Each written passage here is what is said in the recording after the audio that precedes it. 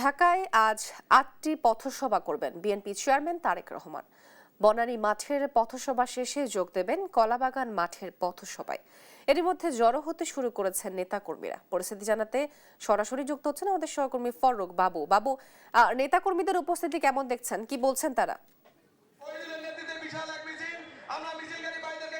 তো আপনি জানেন যে আগামীকাল সকাল 7টা নাগাদ শেষ হবে 13 জাতীয় সংসদ নির্বাচনের প্রচার প্রচারণা। সেই প্রচার প্রচারণার শেষ দিনে আজকে ইতিমধ্যে বিএনপি চেয়ারম্যান তারেক রহমান তিনি ঢাকা দক্ষিণ সিটি কর্পোরেশন এলাকাতে তিনি তার নির্বাচনী প্রচার প্রচারণার জন্য তিনি শুরু হয়েছেন এবং আজকে প্রায় 8টি যে সংসদীয় আসন রয়েছে ঢাকা উত্তর সিটি দক্ষিণ সিটি কর্পোরেশন, সেই দক্ষিণ সিটি কর্পোরেশনের 8টি আসনে তিনি তার নির্বাচনী প্রচার প্রচারণা করবেন এবং ইতিমধ্যে আসলে তিনি দেশের সকল বিভাগে প্রায় 30টির মতন নির্বাচনী জনসংযোগ করেছেন এবং সেই সাথে আসলে ইতিমধ্যে ঢাকাতে তিনি পথসভা করার প্রস্তুতি নিচ্ছেন। আমরা একটু জানতে চাচ্ছিলাম যে আমরা বর্তমানে রয়েছে কলাবাগান মাঠে এবং ঢাকা 10 আসনে। সেই আসনে আসলে ইতিমধ্যে বিএনপির যারা নেতাকর্মী রয়েছেন তারা তাদের নির্বাচনী প্রচার প্রচারণা বা পথসভার জন্য সকল ধরনের প্রস্তুতি নিয়েছে। আমরা একটু জানতে চাচ্ছি যে আসলে নির্বাচনী দিন আপনাদের মঞ্চ থেকে বলা হচ্ছে নির্বাচনী দিন নানা রকম প্রস্তুতির বিষয় নিয়ে, সেই বিষয় নিয়ে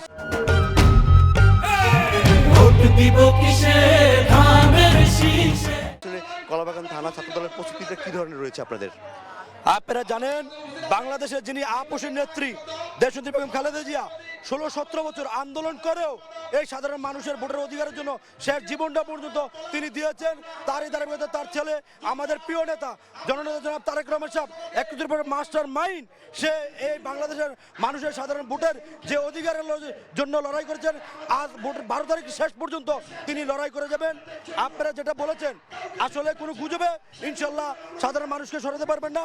এই ঢাকা 10 সহ সারা বাংলাদেশে বিএনপি মনোনীত সব প্রার্থী ইনশাল্লাহ বিপুল ভোটে জয়যুক্ত হয়ে ইনশাল্লাহ আগামী রাষ্ট্রনায়কের নেতৃত্বে সরকার গঠন করবে। যেমনটি আসলে এখানে নেতাকর্মীরা বলছিলেন যে তারা নির্বাচনের সকল ধরনের প্রস্তুতি রেখেছেন এবং নির্বাচনের মাঠে তারা কখনো সকাল থেকেই মাঠ দখল করে রাখার প্রস্তুতি রয়েছে, কারণ তাদের কাছে যে বার্তা রয়েছে যে জামাত ইসলামের তরফ থেকে যে তারা যে ধরনের হচ্ছে যে ভোট কারচুপির বিষয়টা তারা অভিযোগ তুলেছেন, সেই অভিযোগে মোকাবেলা করার জন্য তারা সকল ধরনের প্রস্তুতি রেখেছে। তো